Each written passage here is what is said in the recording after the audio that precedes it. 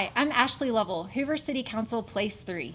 And I'm Robin Schultz, Hoover City Council Place 1. Don't forget to subscribe so that you never miss another episode of After the Gavel.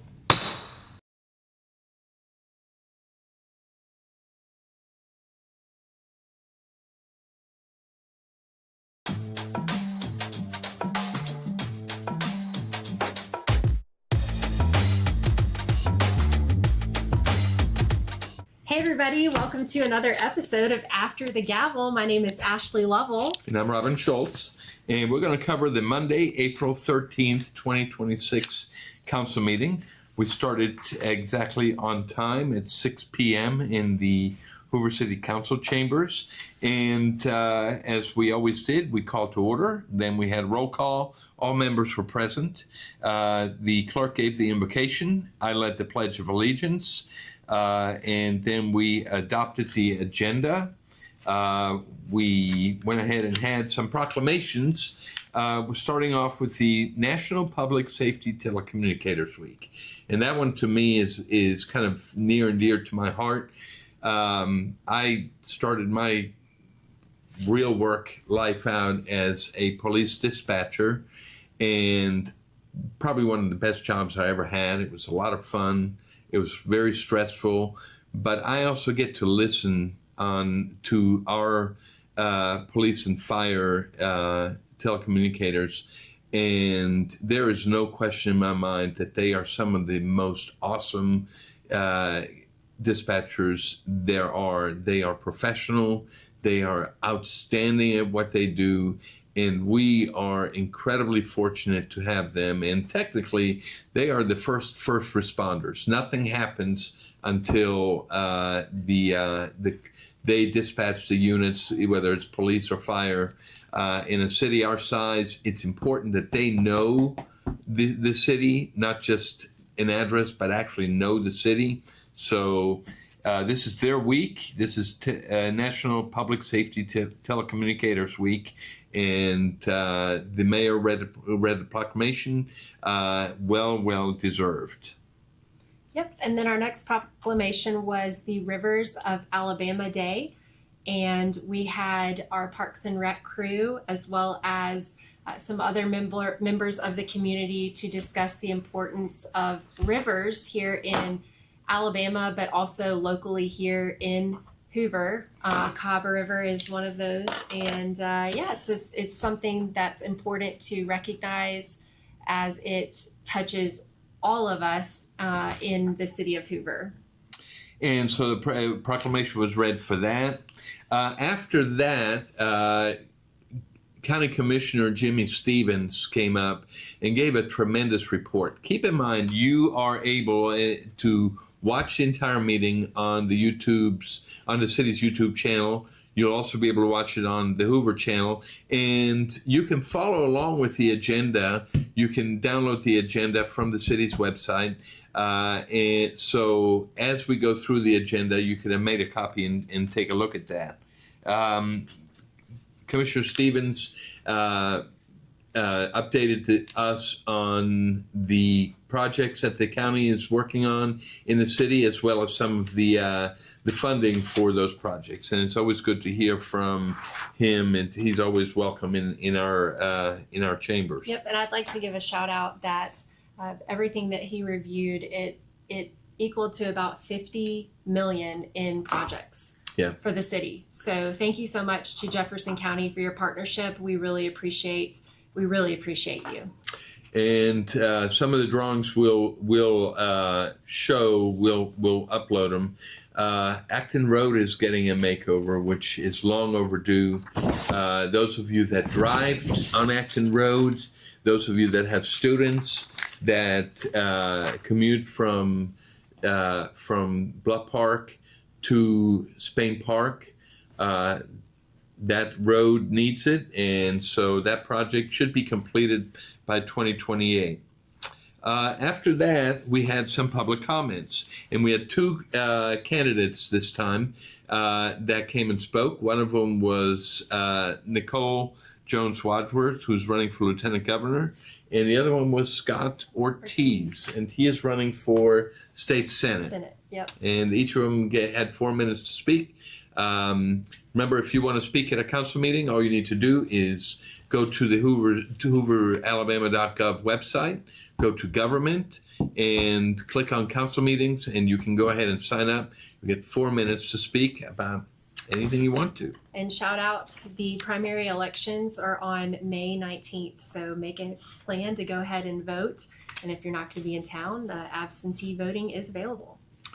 And so now we're going to go over the agenda. One item, if you will look on the after the gavel videos, one of the videos that we created was one that is a generic video that discusses what the council meetings comprise of. So if you're not familiar with how they work, instead of us rehashing it on every video, go find that video. It'll be the after the gavel outline of a council meeting, and just watch it. We kept it kind of short, but it gives you a good outline on what it is at each council meeting, which brings us to the consent agenda. And we had payment of the bills. The bills are something that we have to vote on. Minutes from March 19th, 2026 and March 23rd, 2026. What are they? They are basically the encapsulation of the meeting in a written form. Why do we have to approve them? We have to approve them because they are the official record of the council meetings. After that, we went to Resolution 879626, which was an alcohol license for Center Stage Comedy Birmingham, DBA Stardome Comedy Club.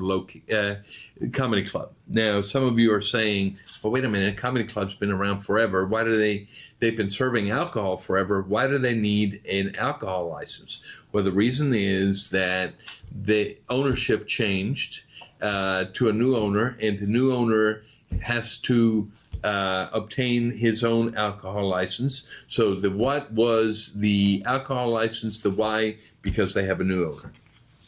Very good. And moving on to our next item, where we did approve another alcohol license for Burrito Bros. So that's kind of the same premise there, and the fact that in order for them to be offering alcohol at their establishment, it's something that must come through the city council. But they already had an alcohol license, so why did we have to approve another one? That's correct. That is for our Cinco de Mayo celebration that is happening at Burrito Bros. So the what was an alcohol license, the why is because they had a special event. And for special events, they have to have a separate alcohol license, which was approved.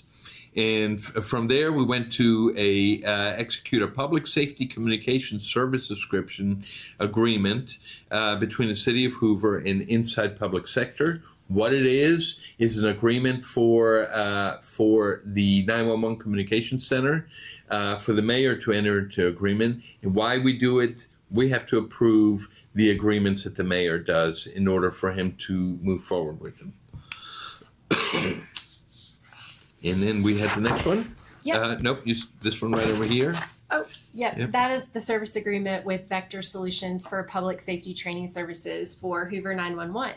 So pretty much the same thing, right? Yes. So basically, it's that cloud-based software that helps in all things training. So the what is, again, the mayor entering into the agreement. The why, because he has to have the approval of the council in order to do that. And then after that, we had a memorandum of understanding and intergovernmental agreement between the City of Hoover and the University of Alabama for equipment.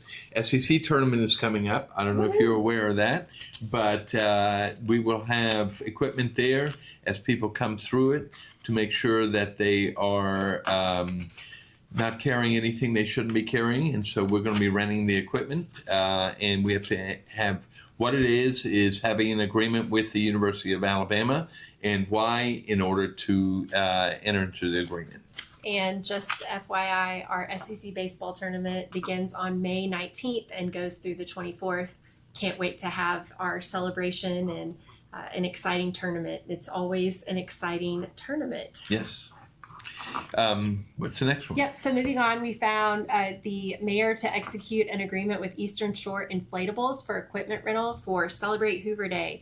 So Celebrate Hoover Day is coming up here in April, and of course, it's a fun time. There's really delicious apple pie that they do serve. We're in Celebrate Hoover. It is going to be at Veterans Park. Veterans Park. Yes. Okay. And it is, like I said, it's a fun time to celebrate Hoover. And of course, there's going to be inflatables because we just approved it.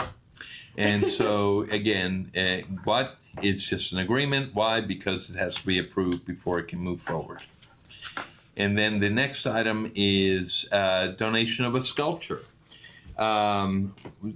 Star Lake is going to have a sculpture, and I'm going to let Ashley talk about this because this is her sculpture, sort of. Yes. So thank you so much to the Yielding family, Manly Yielding, for purchasing this sculpture. If you were ever on Birmingham Southern's campus, you went over to Bill Battle Coliseum, and right when you walk into the doors, there's this giant silver statue and just beautiful artwork, if you will. And so that statue was purchased by the Yielding family and going to be placed in Star Lake. So very exciting for the Birmingham Southern community, obviously for Star Lake and for Hoover as a whole. But I don't know, for me, that was very sentimental. I've walked by that sculpture so many times on the way to the library or to Bill Battle Coliseum. So shout out to all the BSC grads. Come check out the artwork at Star Lake. And again, they're giving it to us, and we still have to approve it? Yes, we do. Okay. Mm-hmm. So the what is the donation of a sculpture, and the why, because it has to be approved before it can be accepted. And from there, we went to an agreement with the Alabama Department of Transportation for a transportation alternatives program grant for Lock Haven Park Trail Extension. And we had present in the meeting, we had State Representative Mike Shaw, who had a lot to do with that particular item. He spoke a little bit about it. He gave some details, and that resolution to authorizing the mayor to enter into the agreement. That was the what, and the why was because it has to be approved by the council. And shout out to Representative Shaw. He used to be on the Hoover City Council, so there's a hometown thing going on there. Yes. And the next item? Yep. So in the next item, we approved a resolution authorizing the mayor to execute a memorandum of understanding between the Federal Bureau of Investigation and the Hoover Fire Department for EMT training and cooperative emergency services support. So that is terrific. Obviously, our safety is paramount here in Hoover, and we're getting trained by the best. And again, it's important to realize that, again, we like these kind of items, but they still have to go through the council to be approved. So the why is in order for them to move forward. And then we had a contract with Clearview for software for the Hoover Police Department. And again, this is purchase of software. Software can be costly, and so it has to be authorized. It has to be budgeted. And what was authorizing a contract with Clearview, the why, in order to get that implemented. And our next one was basically awarding a bid for new police uniforms. So that one was pretty quick, but of course, all of our police personnel, they need uniforms, so we approved those. And again, the why is we have to approve that. And from there, we went to a rejection of a bid for the Hoover Met Complex, daily and event cleaning. And so a lot of things that come before the council are bids that have gone out. Companies have bid for the services. When they bid for the services, the lowest responsible bid normally gets approved, but the city has the option to reject a bid. When they reject a bid, what they can do at that point is to enter into a negotiation with the lowest bidder, and that's what this particular item was to reject the bid on it. The item was on cleaning and authorizing at the Met Complex. The Met is still going to be cleaned. It's just they have extended the current contract while they negotiate the new one. Then we move on to our regular agenda. And here on the consent agenda, by the way, was approved by voice vote, unanimous voice vote. And on our regular agenda, we had the GUSC. Why don't you talk about the GUSC? Yes. Tell them what a GUSC is. A GUSC is basically a board, a utility board that is separate of the city that's formed. And this would be for the Inverness River Chase sewer system that the city currently owns. And so what they do is they incorporate this GUSC system, and what they are calling it is the Inverness River Chase Sewer Board. And in that point, they appoint 3 members of the board, which we will get to. But the whole goal of it is to take an inventory of all of our assets and just take a look at the total picture in terms of the sewer system, which is very important. As new leadership assumes responsibility, it's important to know where we're at in terms of our assets and what's going on with the sewer system. So that particular item was approved to form the board, but in order to have a board, you have to have people on the board. And so the next item was to fill those people, and 3 members were appointed. They were appointed to staggered terms, meaning that even though they're all appointed at the same time, their terms will end at different times. The first one was Dr. Elizabeth Martin. Her term ends on March 31st, 2028. Rob Fowler, whose term ends March 31st, 2030, so 2 years later, and Scott McFadden, whose term ends on March 31st, 2032, which is 2 years after that. That doesn't mean that terms can't be renewed, but that is when their terms expire and they can apply for reappointment. And these were all council appointments, and so that was approved unanimously as well. Then we had public hearings. That moves on to our next Yeah. section, which is public hearings. And so the next item was for a new event venue that's coming to the Valleydale area. It's actually 2084 Valleydale Road. So that is our public hearing reviewing that. And our planning and zoning board did find it consistent with all of the rules and ordinances associated with planning and zoning, and so there. So public hearings require two readings, and this was the second reading. And again, if you go back to our outline video, you will see some more details on what a public hearing is. This was the second one, and so this was approved unanimously. And then we went into immediate consideration. And immediate consideration for a particular item means that instead of having the 2 meetings, we suspend the rules and then we vote on it. To suspend the rules, it has to be a unanimous vote and a roll call vote. So because we couldn't do items, the items beyond this one, without this particular item, we had to suspend the rules, immediate consideration to adopt a revised zoning map of the City of Hoover, Alabama. So the first thing we did was we made a motion to suspend the rules for immediate consideration.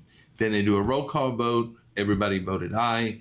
And then once that was adopted, then we could move to the next item, was to adopt the map. And that again was an ordinance. What do we do with ordinances?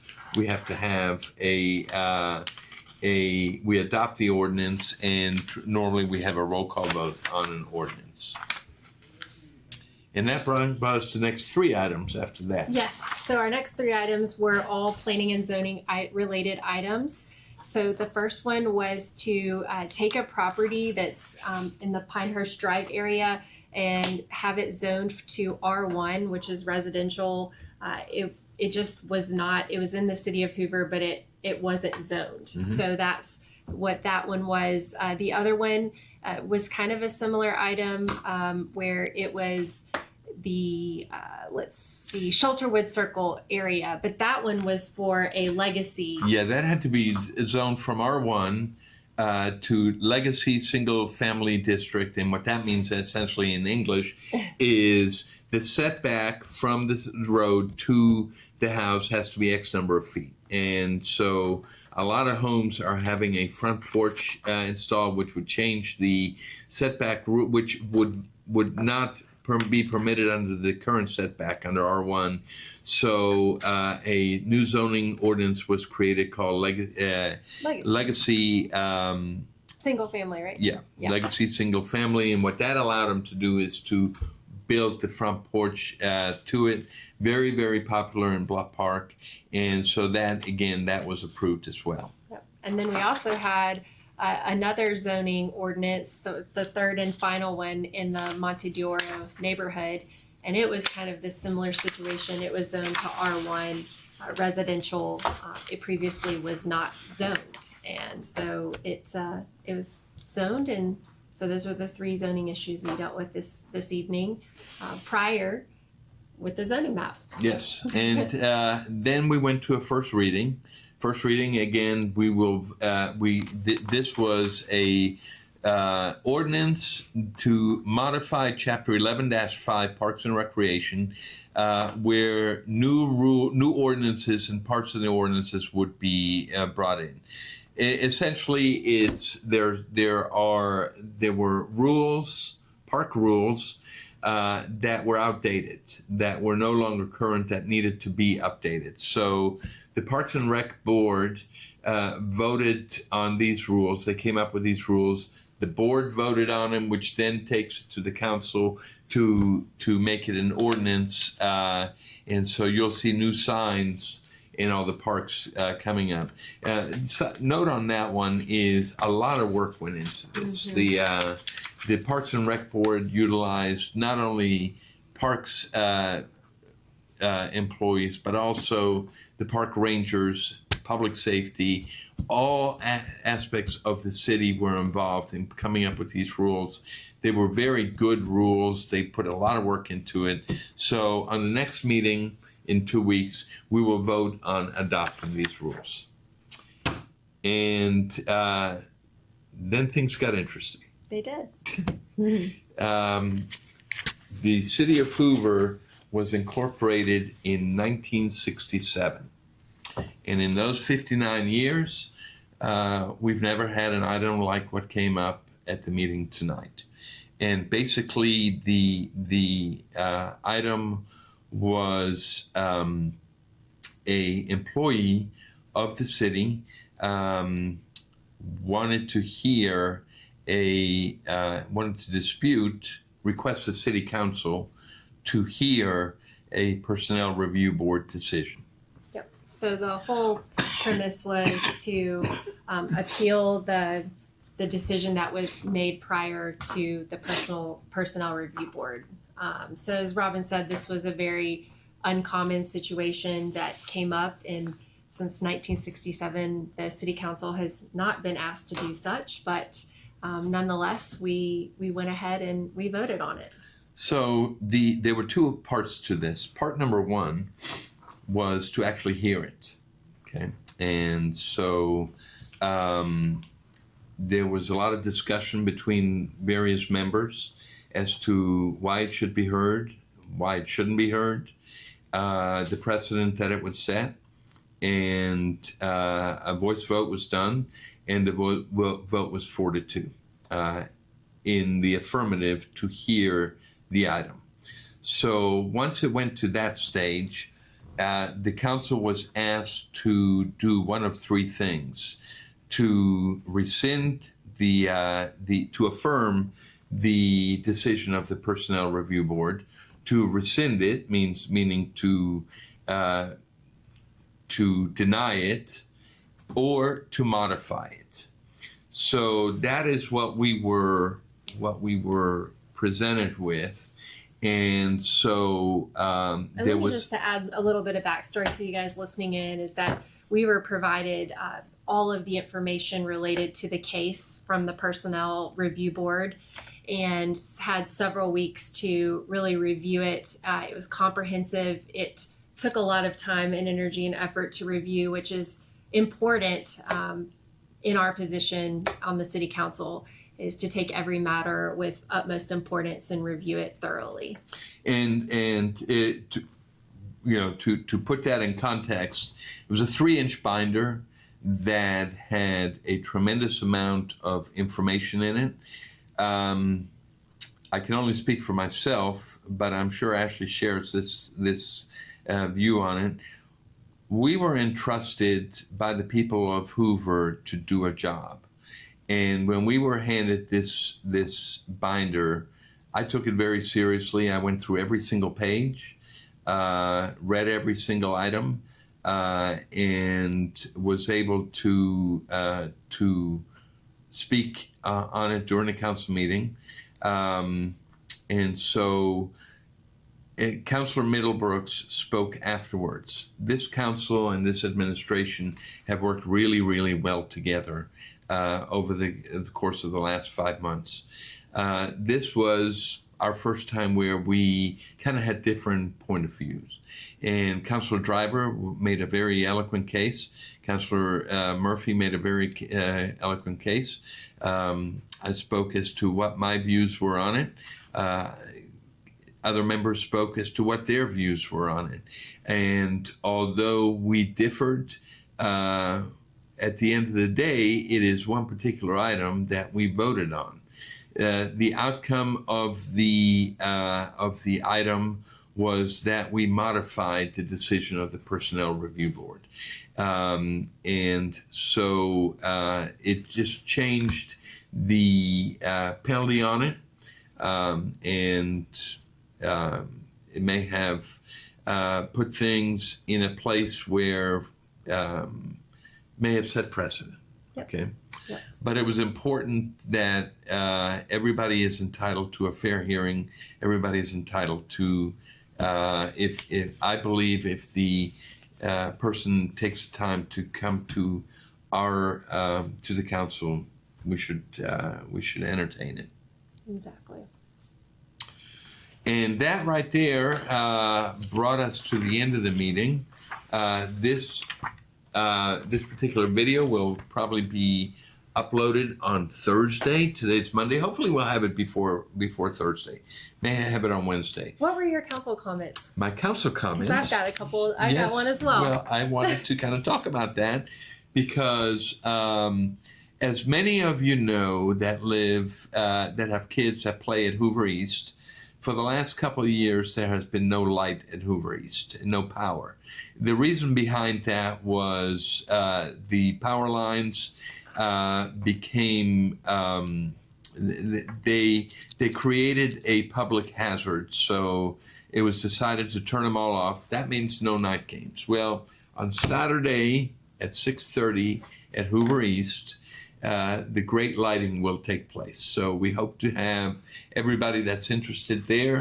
We will have power, we will have light, and we are so looking forward to, I know especially the parents of kids playing at Hoover East are so looking forward to being able to enjoy the night games as well. Yep. And I made a council comment as well in the fact that we have our Aldridge Garden plant sale coming up on Thursday the 16th and Friday the 17th from 9 a.m. to 6 p.m. And a fun fact about Hoover that you may not be aware of, but we actually have a hydrangea that is it was made in Aldridge Gardens and is Hoover City's very own hydrangea. It's called the Snowflake Hydrangea. So those will be on sale. They're beautiful. They look very similar to oak leaf hydrangeas. They're easy to grow in your yard. Partial shade. I like growing plants and things like that. So get out there and head to the plant sale and support our city. I will not be buying one because whatever I touch that's plant related doesn't make it. So it comes to the end of this particular podcast. A couple of mentions here. You can watch the entire council meeting on the city's YouTube channel. It is live streamed. The work sessions, council meetings, and planning and zoning meetings are live streamed on the city's YouTube channel. Make sure you subscribe to that. We also subscribe to After the Gavel, which is also on our own YouTube page. You can also watch the council meetings with some additional information on the Hoover Channel's YouTube channel. And you can also, forgot one super important item. A really important item. After the gavel is going on the road for our for our second town hall meeting. So we will be at Shades Crest Baptist Church Fellowship Hall on April the 30th at 6:30 p.m. And Ashley and I will be there. We'll be joined by a third council member. And you may be wondering why we can't have everybody there. Okay. Number one, everybody would like to be there. All right. An entire council would like to be there. However, the Open Meetings Act prevents us from having everybody there unless it is announced. So as long as there's 3 of us or fewer, we can meet and have those types of meetings. As soon as you add a 4th person to it, then you have to announce the meeting. So it's not that other council members don't want to attend, it's that the Open Meetings Act prevents them from doing so.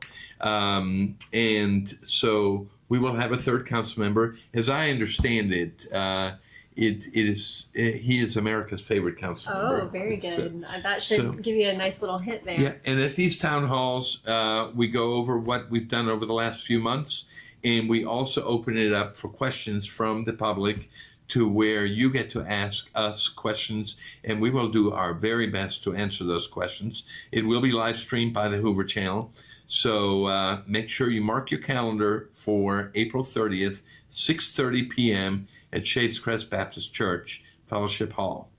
Yeah. And just I want to make a quick note on that, how important it is to us that the town halls take place.